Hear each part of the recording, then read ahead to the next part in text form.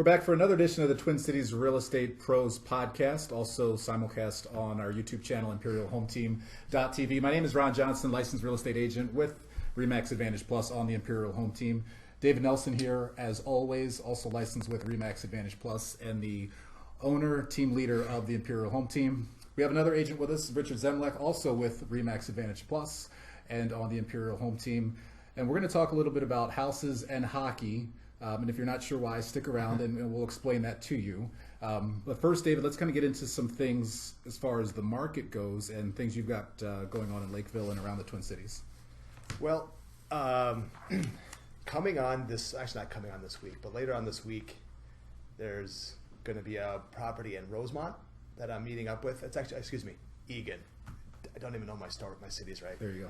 It's going to be a 3-bedroom, about 2-bath house. Probably around $250. That's going to sell very fast. New siding, newer roof.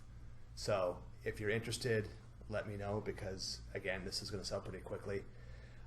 Plus, we talked about the townhouse last podcast, and there's always buyer needs for the Twin Cities area, particularly in Lakeville. So if you got a house you're thinking of selling, contact us ASAP because we potentially could sell it before it hits the market. Right, and with the way the seller's market is going right now, and buyers are really trying to do everything they can to kind of uncover some of those things, there's Correct. a good chance, before it actually gets on there, or a couple of people get in there, it's already gone. Correct. Yep. The houses are selling very, very fast, and so being a seller, if you're not prepared, you could be losing out. Okay, let's bring in Richard now, who's here with the Imperial Home Team, and you've got some exciting news coming on with a new listing as well. Good morning, Ron. Yeah, thanks, Dave. I appreciate you having me here. But yeah, I have a listing probably coming here in the next 8 to 9 days in Egan. It's a split entry home that has 5 beds, 2 bathrooms. Great location in Egan, close to the freeways, great schools, Mall of America just down the road a few miles. So they're excited to put it on the list on the market and move into their new property. So it should be fun. You can tell it's spring. Everybody's starting. I don't know about you guys, but the phone is ringing. Everybody's excited to make their new transition to the new school year that's coming here in the fall. So it's definitely things are starting to pick up a little bit. If there's some early interest in it, how can someone get a hold of you? Call me directly on my cell phone, 612-290-8864. Like I say, it's a home that is good for people that are starting to bust the seams with maybe 2 or 3 kids. Like I say, it has 5 bedrooms, so there's a lot of space in it. Just over 300 square feet, price to sell, and like I say, it should be a nice home for somebody to start their family. And where's this? What's the it's address? Off, yeah, thank you. It's 1829 Walnut Court in Egan, right off of 35E. Okay. And like I say, about 8-9 days it should be listed. Wow. Yeah, so contact Richard. Also, you can check out the website, TwinCitiesRealEstatePros.com, for a way to reach Richard and find out more about that one. And we're going to talk to you a little bit about hockey in just a moment, and this, building this up. But we'll talk about some hockey later. But first, let's do some more talk about the seller's market. That's kind of been what everybody's been talking about, and the inventory that's not there, and all the buyers that are out there. Yeah. So people can blow smoke all they want, but numbers don't lie. So this is actually taken from the Minneapolis Area Association of Realtors, which is the data that's compiled for the whole Twin Cities. So the stats I'm telling you right now are for the Twin Cities, not city specific. If you do want to know more about a specific city, talk to one of us. We'll gladly help you out. But so year to date, it's been 10,000 homes for sale in the Twin Cities as of February, which is down almost 2%. So again, less houses for sale than last year. The median sales price has gone up by 7%. So when you look at numbers too, I want to make sure you understand this. There's median, and then there's average. Average shouldn't be considered because I heard a great story one time. If all of us are sitting in a bar one night, and all of a sudden Bill Gates comes in, and if they took the average income, we're all millionaires. But if you same scenario, we're all at a bar, Bill Gates comes in, and if you do the median price, well, you kind of reduce Bill Gates billions of dollars, and it's going to be a more legitimate number. So when you're looking at data, always look at the median compared to the average. I just hope if I'm in a bar and Bill Gates walks in, he's buying. That's really the only thing I thought of. Well, he's only going to buy rail drinks and tap beer, and house wine, FYI. And then also, too, the price per square foot has gone up a little over 3% across the whole Twin Cities. Days in the market has gone down. The inventory of homes for sale, that's kind of the big thing where agents look at is in a even market, 6 months. That means there's one house for every buyer. So across the Twin Cities in general, the inventory of homes for sale, a month supply just for February is 2.3 months, which is down 28% from this time last year. That is ridiculously low. So again, we're not blowing smoke. It is a seller's market, low inventory of homes for sale. Buyers want to buy, and again, so if you're looking to sell, it's a great time.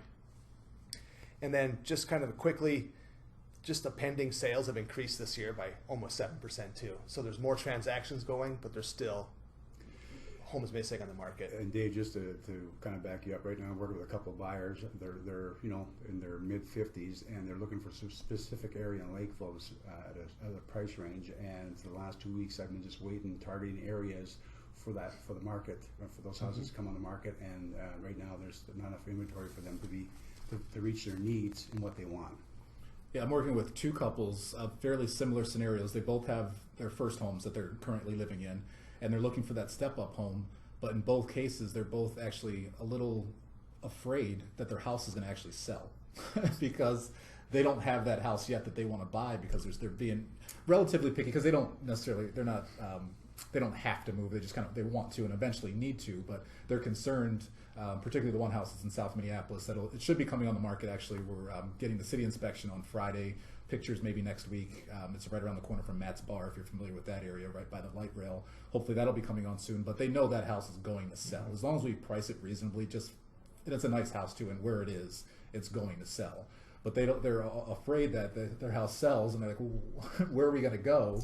Because they haven't seen that inventory out there. So it's kind of a really weird dynamic going on. And I think that probably accounts for part of the reason why there is such low inventory, is because people in that situation who don't want to sell, which obviously would increase the inventory if they list, but they don't have anywhere to go. Right. If you're looking to move out of state, possibly sell and rent, wow. I mean, you're prime condition. But like Ron was saying, if you're looking to sell and possibly buy, it's a little difficult. And then again, too, it is decreasing that inventory. So kind of looking at what we do with the pre-listing is we kind of have a inventory of homes, not just that ones we have listed, but other agents that may have coming on the market. So if you are a buyer looking for homes, sure, you can go on realtor.com and Zillow if you want to. But if you contact us, we actually have homes that aren't listed really anywhere else that are coming on tomorrow, next week, next month, that could exactly fit your needs that you could possibly get into before somebody else does, and alleviate that multiple offer situation. Yeah, you talked about realtor.com and Zillow, which are fantastic resources, but in all actuality, not just us, but any real estate agent is going to be able to give you more accurate and updated information than realtor.com, because you see the one on realtor.com, you get all excited about it, you fill out the I need more information, and all they did was just sell your name and address to me to call you, right. And that home is sold. Right. Because it's not always updated. Or the same thing with Zillow, is the house has an offer on it, where if you're working with a real estate agent, we can tell you immediately. First of all, we won't send you listings that are sold, and we can reach out and kind of find out where things are, where some of the information that you're seeing on the random website just isn't going to be as accurate. Well, even just Zillow, again, #1 real estate website, it has its purpose. But I can't tell you how many times someone's, hey, Dave, I want to look at this property. So, of course, I look on Zillow. I'm like, all right. So I look on the MLS. It's nowhere to be found. So I start doing a little research. Like, oh, it's sold 6 months ago. Yeah. So, again, you could definitely use Zillow as a good option, and it has a purpose. But just to let you know, some of the houses that you're looking on it may already have offers, may have been sold already, may have never even been for sale, because Zillow just kind of pulls randomly listings and puts them in there. And I was working with a couple of buyers last month, and one of the buyers fell in love with the house and wanted to think about it, and before you know it, you run into the problem that the house is already sold, to the fact that because the inventory is so low, Yeah. that you hate to pressure them, say if you want it, you got to move fast, but that's the reality is today, is that there's not enough inventory out there, and it's a pecking order, so that the homes that are in the best shape, the best price to sell, are going to go. So if you want to buy it, you kind of have to educate them, let them know that it might not be here tomorrow.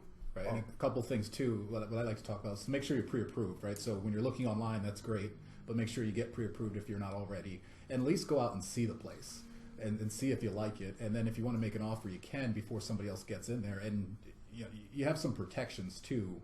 if the house doesn't, like the inspection period, if things don't work out, you can get out. So waiting, you're going to miss out the house because there's the other person who's pre-approved. They went and actually saw the house in person with the real estate agent, and they put in an offer. Now you never had a shot before you even get in the car. Exactly. So you're right. You're not pressuring people. We're just explaining in this market, if you want to buy that house, you have to get off your computer, right? You have to get off your phone and get in the car, go look at the house, and then kind of go from there, because that's what the other buyers are doing. Well, and kind of going along with that too is I've got, clients and friends, they start looking online first because, of course, we want to do that. Yeah, I love looking at cars. Doesn't mean I'm going to buy a car, but I start looking at it. Well, all of a sudden, these buyers like, oh my God, this house is perfect. And this happened over the weekend. These buyers found the house they've been waiting for a year, and they want to go look at it. And I said, well, first of all, are you pre-approved? They're like, well, we haven't started that yet. And I was like, well, you need to get that done first. Within 24 hours of that house, of them contacting me, an offer was already accepted. And it took the wind out of their sails. They got punched in the stomach, and they almost got to the point they were depressed. Like, I'm not sure if we want to look for homes. And I'm like, no, you can still look for homes, but there's a process.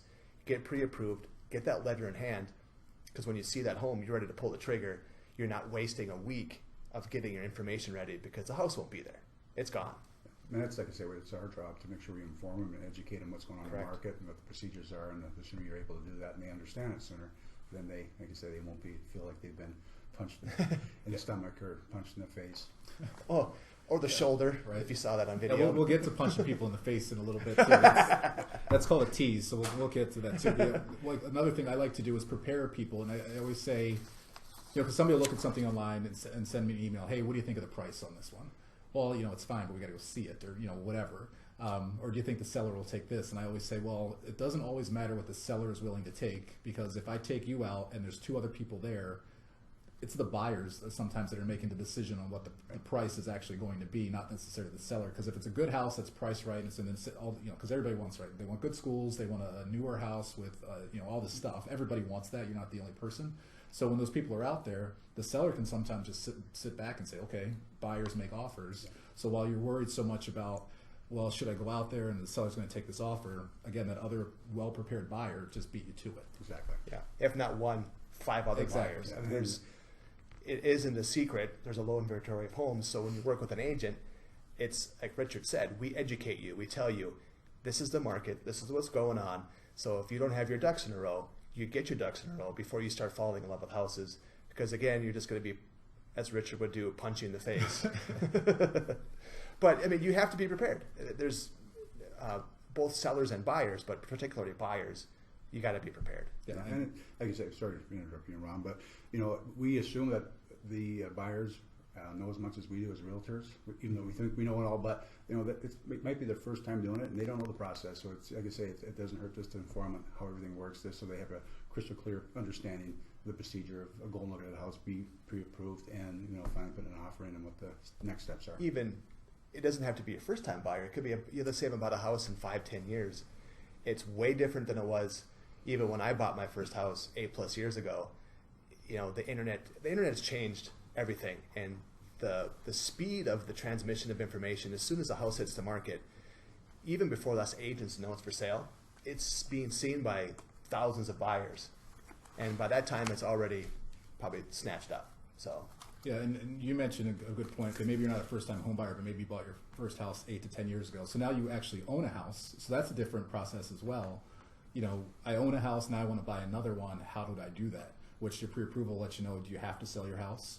Mm-hmm. Say obviously you're the stronger buyer if you don't have to sell your house, but maybe you would like to have that equity to be able to put down a bigger down payment or make you be able to be approved for a little more. So then you're working on two sides, preparing your house for sale possibly, and then having that contingency plan if you need to do temporary house, whatever happens, there's a lot of things to get prepared for.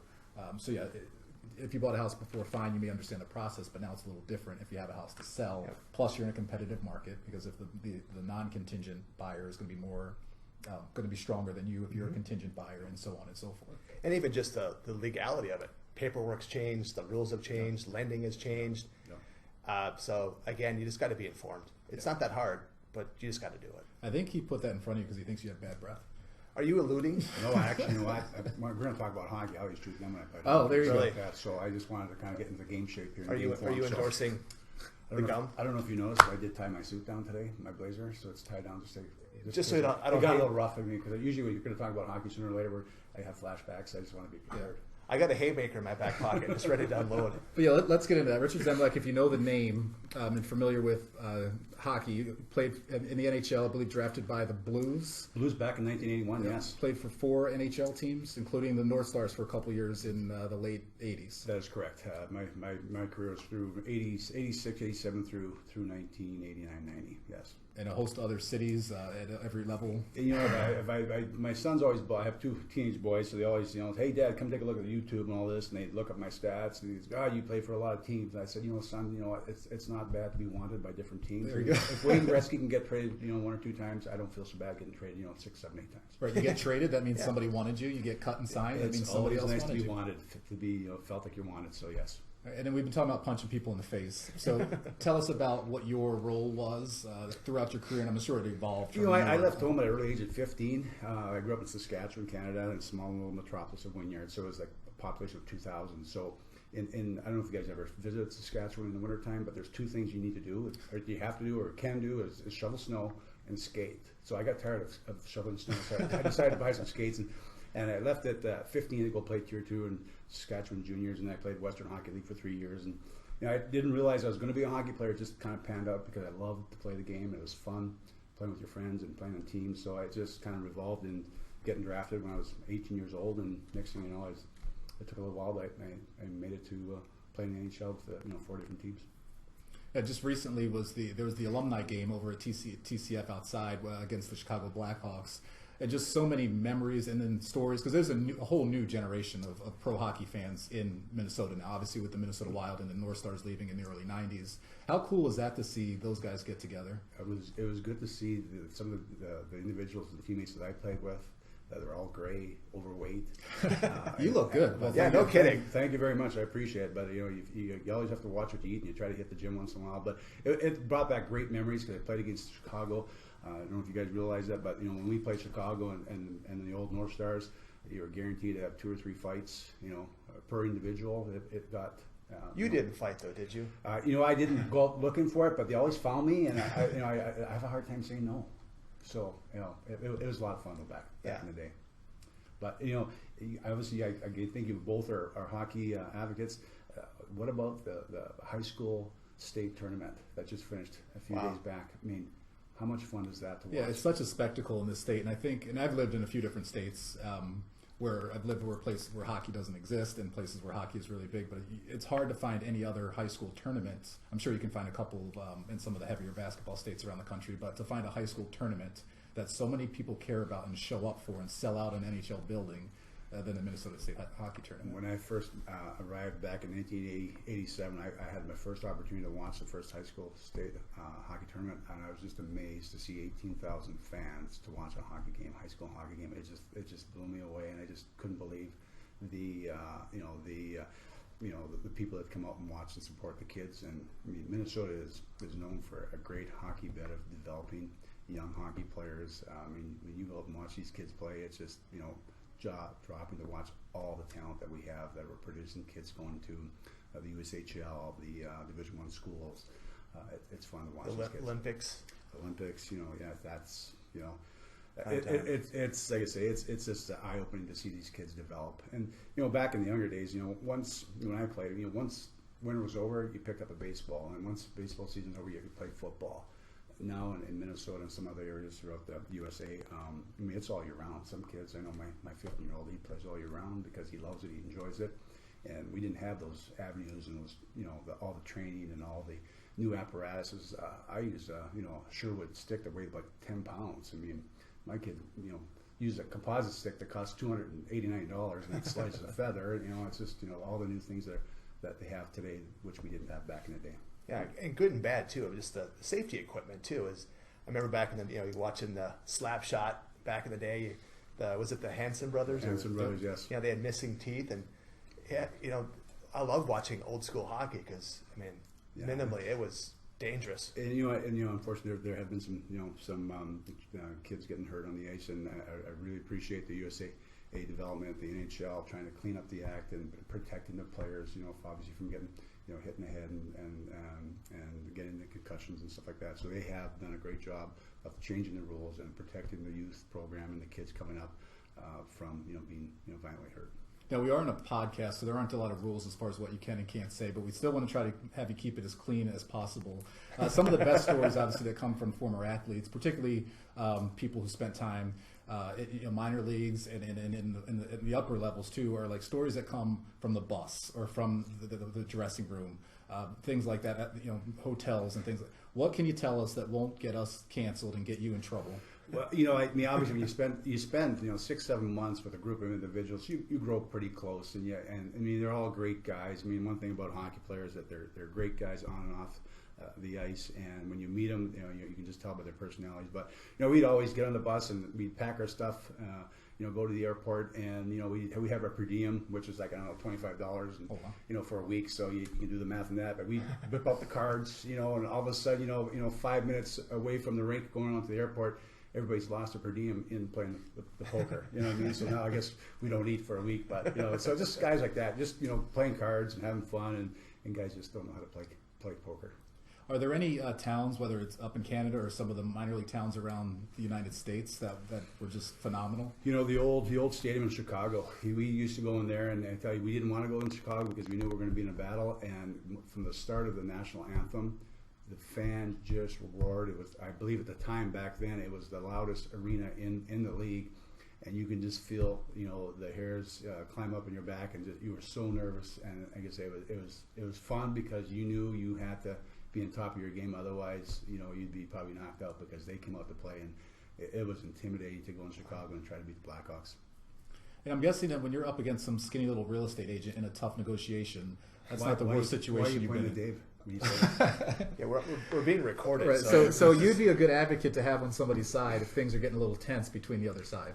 My mother always said, it's always better to fight your battles with words. So I'm all about negotiating and settling disputes with words.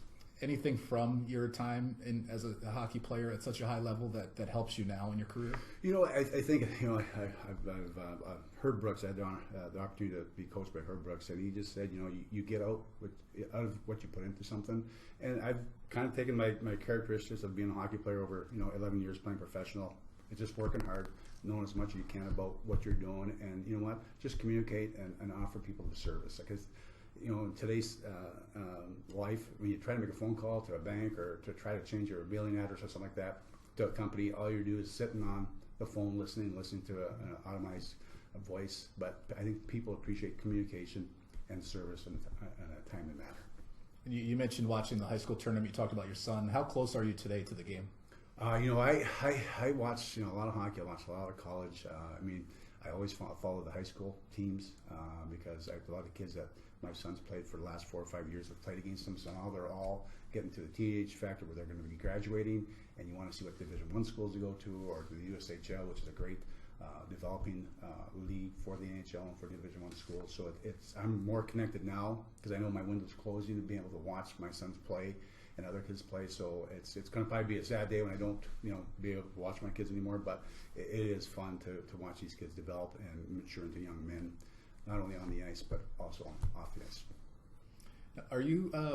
You talked about the USHL and some people going to juniors versus high school. Do you have a strong opinion one way or another if a kid should leave at 15, leave home and pursue the dream that way, or stay back in high school? That's a good point. We get this question asked a lot.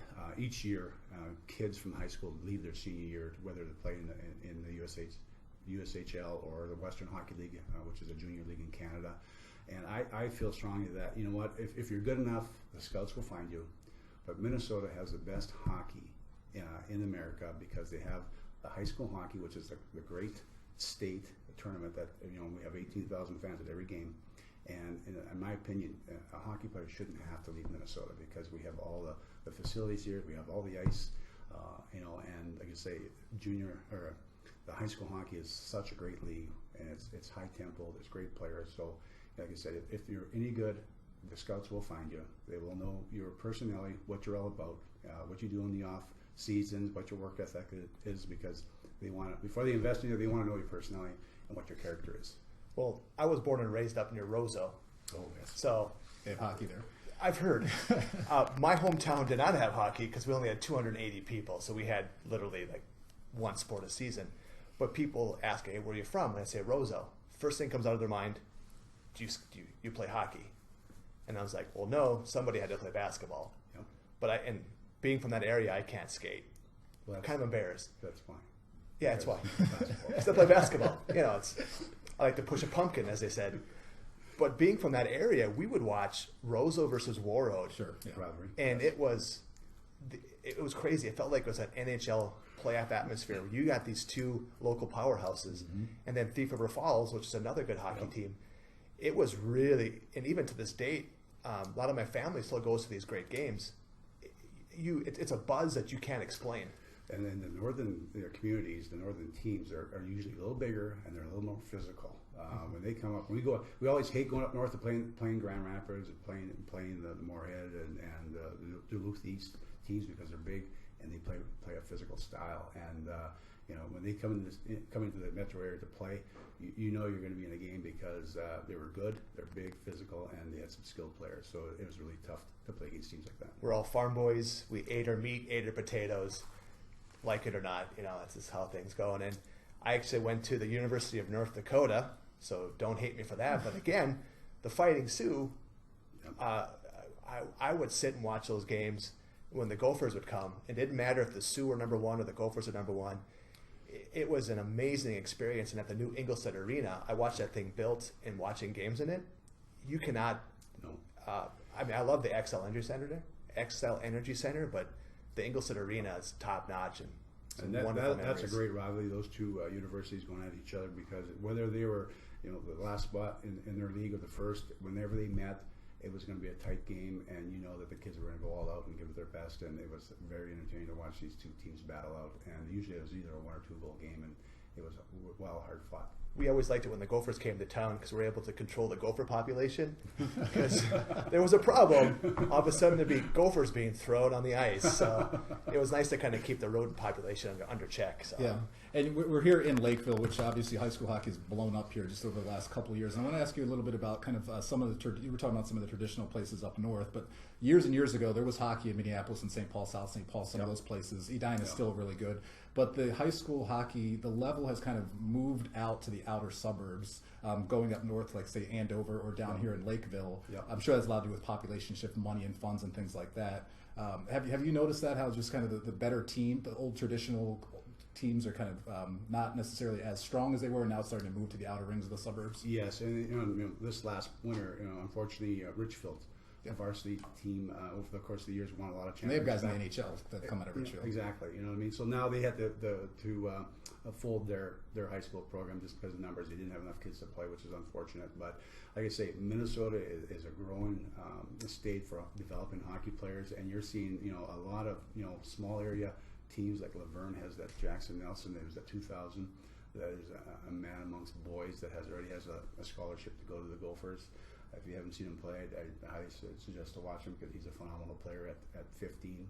Wow. And like I say, he's the real deal, and he's a great player, and it's exciting to watch him. But hockey's going in all the areas. I mean, there's 2 divisions. There's 1A and a AA, which the metro area kids play in. But you have the private schools where kids uproot from where they grew up to play association hockey and go to these private schools now. So the private schools are loading up. So Benil, they go 20-1 or 24-1 tie, undefeated. Unfortunately, get knocked off by Creighton Hall. So it's exciting to see all these good teams. And like I say, when the tournament hits, you got to play one game. You got to bring your best. If you don't, you're sitting in the stands eating popcorn, watching your fellow foes play the game. So, Rich, we got about 30 seconds left. So again, tell people if they want to get together with you and on your pre-list and talk about real estate or maybe some hockey at the same time. How can they reach you? 612-290-8864, and like I say, that the new listing in Egan, which should sell pretty quickly, is 1829 Walnut Lane in Egan. So yeah, it's hopefully hit the market here in the next 7 to 8 days. Okay, Richard Zemlak, thanks for joining us. Guys, I really appreciate it. Thank you and have a great week. Yeah, with RE/MAX Advantage Plus, also Dave Nelson with RE/MAX Advantage Plus. My name's Ron Johnson with RE/MAX Advantage Plus. We appreciate you joining us on the Twin Cities Real Estate Pros podcast and video show on YouTube. We'll see you next time.